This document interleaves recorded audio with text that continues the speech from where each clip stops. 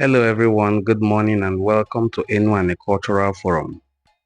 I'm directing this video. It's going to be a very short video, but I'm directing it to my Anyoma brothers, especially those from Ika and those from Okwani. After reading this comment that I'm displaying on my screen here, read the comment.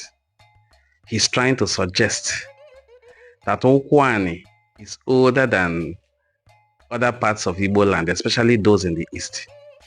Also, suggesting that most communities in eastern Igbo land migrated from Okwani. I read that comment and I smiled. It's not every comment that I read and move on. After reading that comment, I felt the need to correct the ignorance of that commenter, even if it's a fake profile. It is very important that I educated his ignorance. Okay? Now, most Igbo communities are autochthonous. It's not a joke. What makes you know they are autochthonous is that their language has been Igbo language. There was no time their language evolved from being another language and later became Igbo. They were autochthonous Igbo people. So, what are those archaeological findings that prove the age of communities? In the full sub-Saharan Africa, the oldest place where human activities were shown are in Igbo land. No jokes. Now, the things that make Africa very thick, the things that make Africa well celebrated are also found in Igbo land to show a collaboration and internetworking of skilled people from Igbo land to other parts of Africa. The pyramids you will find in Sudan among the Kush people. The pyramids you will find in Egypt among the Kemets are the same pyramids you will find in Igbo land in Onsude, part of Enugu. The oldest iron smelting site in the world remains in Igbo land, in Onsoka, Leja community. And then, if you go to Uturu in Abia State, at Uguele, you will find a cave where the oldest stone tools, Acheulean tools, were discovered. Those Acheulean tools were, the site was not just a place where Acheulean tools was made or were made for local use. The Acheulean tools discovered in Uguele were compared with the ones discovered in other parts of the world that are ancient, and they looked the same. Now, the archaeologists concluded that by age and by the size of the factory, Igbo land was a place where those stone tools were made and exported all over the world. That was during the Stone Age, not even Iron Age. This is the main section of the cave, where it is believed the early men lived, the acclaimed origin of the Igbo-speaking nation.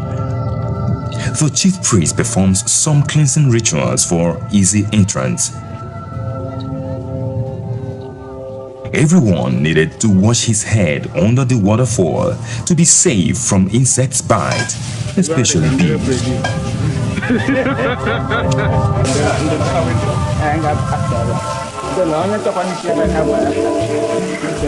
There is a strong belief that with faith, a woman assumed to be barren can drink from this water and be able to conceive.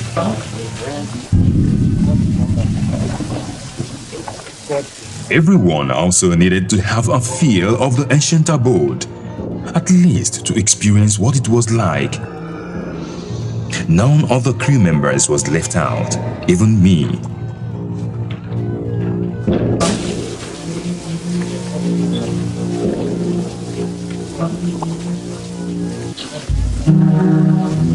The hunters had to go first, in case some wild animals are still left in there.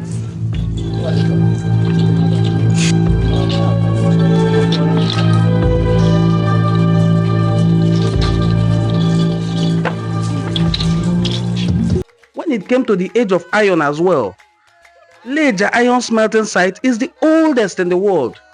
Now, when you come to artifacts, Ibuku art is the oldest. It is 300 years older. Fact check these things that I'm saying. Older than Ife art, older than Bini art. The only art in the same age is the knock, and it is not metal work. I don't want us to continue back and forth. I don't want to have any comparison in our midst. I want us to know that Igbo, Bofu, and Igbo is unique. But no part of Igbo land should ever try to claim superiority over the other. Not to talk of Okwani claiming superiority over the eastern parts of Igbo land. That person may not be an Okwani person because I have highly respected Okwani people. One of the oldest communities in Okwani that I have visited, a very ancient and historic community. In fact, we have tourism sites there. It's Umuaja. And the name of the founder of Umuaja is an Igbo name. Even the name of the community is Igbo name, Umuaja, children of sacrifice. About 8 communities in Okwani migrated from Ubuluku. Ubuluku is just 12th century. And these places I mentioned in Igbo land, some of them are 4,000 years old. I am from Ubuluku. In order to project history, we should remove personal sentiments and bias. Don't pitch your community to be greater. I am not pitching my community to be greater than any community. As great as Ubuluku is, our ancestral home and cradle home is Ubuluno. We also have uncles and relatives in Obetim. That is why they call Obetim Obolo. They will tell you they migrated from Ubuluku, but our history says we have relatives there. So no community in Igbo land should please claim superiority over another community. It is wrong. This is one of the things that separate us. Okay? We should just put an end to it outrightly.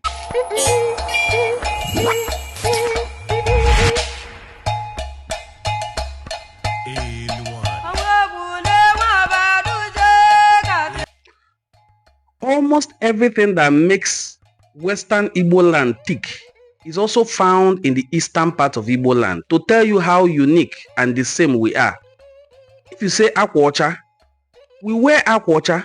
This Akwaocha now belongs to the full Igbo community. But primarily, you will see Anyoma people trying to lay claim to it, that they own Akwaocha.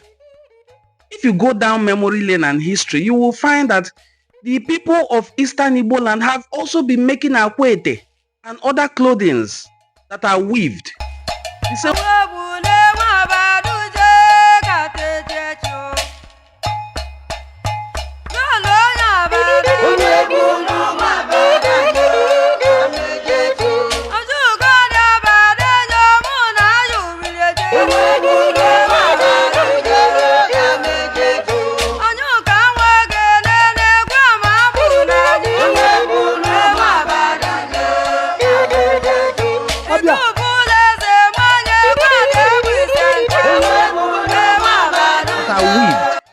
The same way we have been making Akwaocha. Even when you come to the Anyoma, the people who own this Akwaocha are not the full Anyoma. It is Anyocho Shumili people, primarily Enuani people, and very importantly Ubuluku people.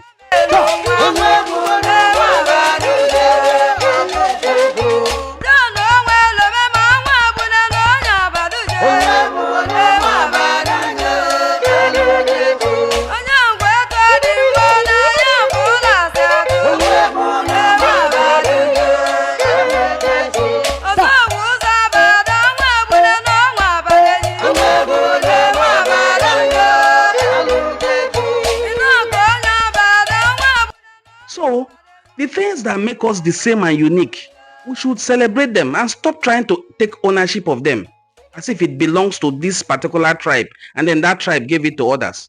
We all celebrate a Waji festival, but we know it was through the Nri civilization that the cultivation of staple foods such as yam was invented. It was an agricultural breakthrough of Nri kingdom. And today, every tribe in Igbo land celebrates Ewaji. That Ewaji belongs to the Nri civilization, exported to other tribes in Igbo land.